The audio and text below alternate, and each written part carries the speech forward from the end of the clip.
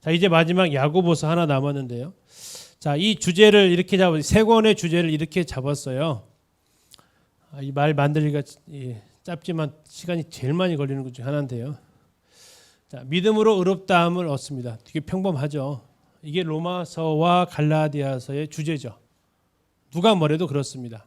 그러면 이게 야고보서랑 어떻게 매칭이 되냐 이거죠.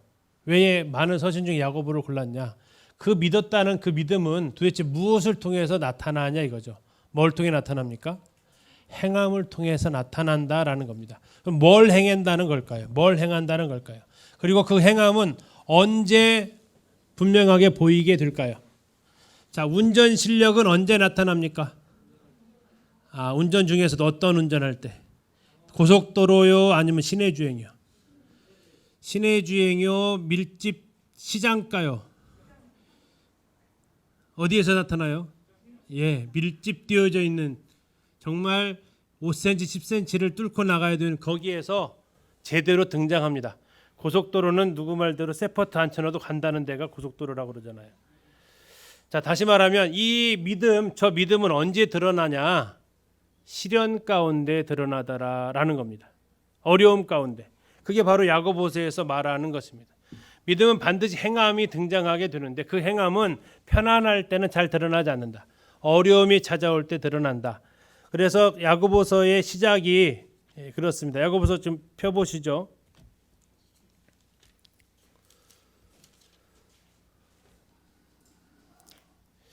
자, 1절은 보시면 1장 1절에 하나님과 주 예수 그리스도 야고보는 어떤 사람한테 문안하고 있습니까? 흩어져 있는 사람입니다. 흩어져라는 단어가 눈에 띄죠. 흩어졌다라는 얘기는 어떤 그들에게 별로 좋지 않은 상황이 일어났다는 것을 예측할 수 있습니다. 자의에 의해서보다는 어떤 환경적 어려움이 찾아왔을 수 있고요. 두 번째 2절 내 형제들아 너희가 여러 가지 뭘 당했다고요? 시험을 당했다고 합니다. 3절은 뭐라고 표현했냐면 이는 너희의 믿음의 시련이라고 얘기하고 있습니다. 그 시련은 어느 정도의 시련이냐면 무엇을 요구하는 시련입니까? 인내를 요구하는 시련입니다. 자, 그 인내를 요구하는 시련은 너희들이 온전하게 이루어야 될 시련이라고 얘기합니다. 다시 말하면 지금 구원받은 성도들에게 있어서 믿음으로 구원받지만 내가 믿고 있습니다라는 것은 도대체 무엇을 통해서 증명할 거냐라는 겁니다. 무엇을 통해서 그 믿음이 드러나느냐라는 겁니다. 자, 그러면서 이제 5절부터 구체적으로 쭉 얘기를 하는데요. 눈으로 볼 수 있어야 된다. 사람들이 봤을 때 정말 저 사람들은 믿는 사람이야 할 수 있어야 되지 않겠냐라는 겁니다. 어려움이 찾아왔습니다. 똑같이 자기 노력으로 한다면 뭐가 다르겠습니까? 5절은 얘기합니다. 너희 가운데 지혜가 부족하면 기도하는 모습이 있느냐라는 겁니다. 아니면 내가 뭘 해보겠다라는 내 힘으로 하려는 것이 있느냐 부터 시작해서 쭉 이야기를 합니다. 말씀을 들을 때 어떻게 들을 거냐? 경건하다는 건 뭐냐? 다음에 2장으로 넘어가면 가난한 사람과 부한 사람이 찾아오면 어떻게 대접할 거냐? 그리고 가난한 형제가 배가 골고 있는데 잘가 말로 해도 되냐? 그렇지 않지 않느냐? 무엇인가를 주어야 되지 않겠느냐? 이게 믿음 아니냐? 3장에서는 그러면 말은 또 어떻게 해야 되느냐? 믿음이 있다는 사람들은 그 말은 과연 어떻게 해야 되느냐? 굉장히 이 성도들끼리 말로 다툼이 꽤 있었던 것 같습니다. 이 언어 문제로 다툼이 그들에게 꽤 있었던 것 같고요. 다음에 너희들 가운데서 4장에서는 세상하고 자꾸 왜 친하게 지내냐? 그럼 그것이 과연 믿음 있는 행동이냐? 심지어 이런 생각을 한다고 하더라. 어디 가서 돈 좀 하면 1년간 잘 벌어볼까? 이런 계획을 꿈꾸고 있다고 하던데 그것은 과연 맞는 거냐? 그래가지고 돈을 좀 쌓아가지고 돈을 좀 벌어가지고 무엇인가 해보려는 그 5장에서 이제 부한 자들에 대해 경고하는데 그런 것들. 자, 그래서 이 야고보서는요. 첫째 중요한 것이 뭐냐면 신약의 잠언이다라고 얘기합니다. 어떤 논리적 전개가 되어 있기보다는 구체적 삶에 대해서 지침들을 제공해주고 있어요. 또 하나 이 특징은 제일 많이 나오는 단어 중 하나가 형제들아입니다. 나중에 읽으실 때 형제들아가 몇 번 나오는가 한번 세보세요. 물론 교재에 답은 나와 있습니다만 한번 세보세요. 형제들아, 형제들아, 형제들아. 계속 부르고 있습니다. 계속. 다시 말하면 성도들한테 썼다라는 얘기입니다. 자, 그리고 이 야고보서를 통해서 마지막에서 그가 하고 싶었던 얘기는 이 인내 다시 한번 이야기합니다. 누구를 빗대어서요? 욥을 빗대어서. 상황이 별로 지금 안 좋은 상태라는 얘기예요. 뭐 누가 편할 때는 누가 그 신앙이 이렇게 검증이 되겠습니까? 흔히 말하는 대로 요즘 같은 시대에는 신앙이 어느 정도 검증이 뭐 다진 않지만 어느 정도 검증이 됩니다. 약간의 핍박, 어려움이 있죠.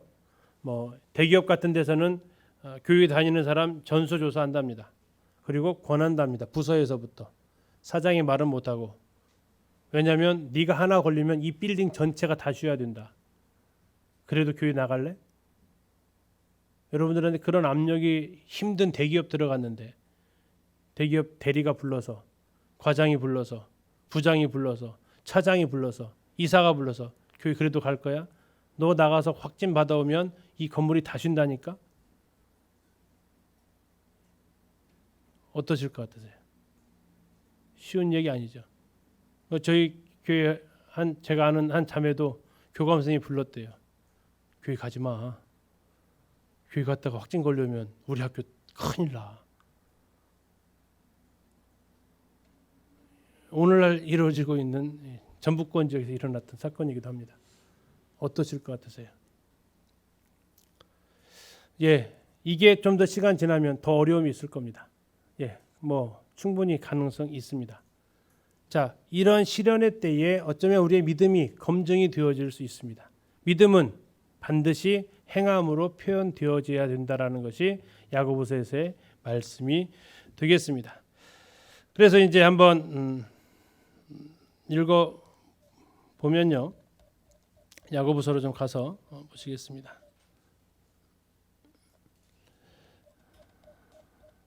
자, 야고보서 몇 장까지 있습니까? 예, 아주 짧습니다. 짧지만 굉장히 읽기는 부담스러운 내용들이 많이 나와 있습니다. 자, 1장부터 지금 상황이 별 여의치 않다라는 걸 알 수 있고요. 시험을 참고 견뎌야 된다. 믿음은 이런 검증을 받을 수밖에 없다라는 걸 생각하게 되고, 다음에 19절부터는 말씀을 어떻게 들어야 되는지, 아니면 믿음은 어디에서 나죠? 들음에서 나오고, 들음은 그리스도의 말씀을 통해서 나요. 이 시련기에 어떻게 우리가 믿음을 지켜나갈 수 있어요? 뭐 박주영 선생님이 이틀간 계속 했던 얘기가 성경 읽어라, 말씀 봐야 된다라는 얘기예요. 왜냐하면 다른 길이 없어요. 야고보 사도도 얘기하는 거예요. 말씀은 대신 들을 때 어떻게 듣느냐가 중요한 거죠. 자, 그런 부분들을 이야기하고 있습니다. 먼저 1장 좀 가볍게 먼저 한번 읽도록 하겠습니다. 자, 이제 개인의 삶이 아니라 이제 말씀을 통해서 내가 양육되어지고 시험을 이길 수 있는 힘이 길러졌을 때 이제 이걸 적용하는 거죠. 어떻게 적용할 거냐? 자, 교회 안에 부한 자와 가난한 자의 차별이 있느냐라는 겁니다. 자, 여기 보면 효당이라는 단어가 나옵니다. 2절에 효당. 이게 이제 야고보서가 기록이 초창기에 기록되어졌다는 얘기입니다. 효당에서의 예배당 성도들의 모임이 같이 이루어지고 있다라는 배경이죠. 자, 아무튼 가난한 자와 부한 자의 차별이 일어나고 있느냐? 이것은 믿음 있는 사람들의 행태가 아니다. 왜? 차별은 죄다라는 얘기죠. 다음에 성도들 중에서 가난한 사람이 있다. 그런데 안녕히 가라라는 말만 할 수 있느냐? 그렇지 않다라고 얘기합니다. 행함을 통해서 사랑은 요한일서에서 어떻게 사랑을 하고 그랬어요? 행함과 진실함으로 해라라고 얘기를 하고 있죠. 그래서 행함을 보이라고 얘기합니다. 그래서 아브라함과 기생이 믿었지만 그들은 행함을 통해서 그 믿음을 증명해냈다라는 겁니다. 말뿐인 믿음이 아니라 그 믿음이 진짜라면 행함으로 표현되어져야 된다라고 야고보는 이야기를 하고 있습니다. 자, 2장 보겠습니다. 3장은 이제 혀에 대해서 얘기합니다. 공동체를 가장 깨뜨리는 게 있다면 뭐니 해도 이 혀죠. 새치 혀. 이 혀를 길들일 사람이 있다고요, 없다고요? 아무도 길들이지 못한다라고 얘기합니다. 만약에 길들였다면요. 온전한 사람이다라고 얘기합니다. 한 입에서 찬송과 저주가 나옵니다. 수도꼭지에서 하수구와 상수구가 같이 연결되어 있다고 생각하시라는 얘기예요. 그러면 수도꼭지 틀고 물 먹어요, 못 먹어요? 어떻게 먹겠어요? 동시에 안 나와도 이게 하수구가 지나간 물이다 생각하면 어떻게 상수도로 먹을 수 있겠습니까? 자, 그러면서 위로부터 난 지혜의 특징을 얘기합니다. 그리고 그 지혜가 입으로 표현이 되겠죠. 3장 읽겠습니다. 세상과 벗하지 말 것을 얘기하고 있습니다. 성도는 어떠한 삶을 살아가느냐, 세상과의 관계에서의 모습인데요. 세상과 벗되는 것은 하나님과 원수되는 것이다 라고 이야기를 하고 있습니다. 예수님을 죽인 것이 바로 이 세상 체계입니다. 그런데 그 세상 체계에서 가까이 지내는 것은 하나님과 원수되는 거다. 우리가 할 것은 하나님께 복종하고 하나님께 가까이 하는 것이다. 또 서로를 향해서는 판단하지 말 것을 얘기하면서 특별히 이제 4장 13절부터 나와 있는 주님의 뜻과 관계없는 헛된 계획을 세우는, 그러나 그의 목적은 5장에 나와 있는 부자 되려고 하는 마음이었습니다. 그래서 이제 이 악한 부자에 대한 경고가 5장에서 이야기하고 있습니다. 특별히 형제들아라고 이야기하지 않고 5장 1절을 가서 보시면 들으라 부한 자들아라고 이렇게 이야기하고 있습니다. 근데 그 부한 사람들이 어떻게 부가 됐냐면 임금 착취했습니다. 갑질을 행했습니다. 그리고 그것을 통해서 자기가 사치와 향락을 누렸습니다. 그런 사람들을 향해서 경고하고 있습니다. 참 이 읽으면서 의구심은 과연 이들이 형제일까라는 거였습니다. 5장 1절에 나와 있는 이들이 형제일까? 이게 성도들한테 쓴 것은 맞는데 이게 과연 형제일까? 형제들도 이렇게 살까?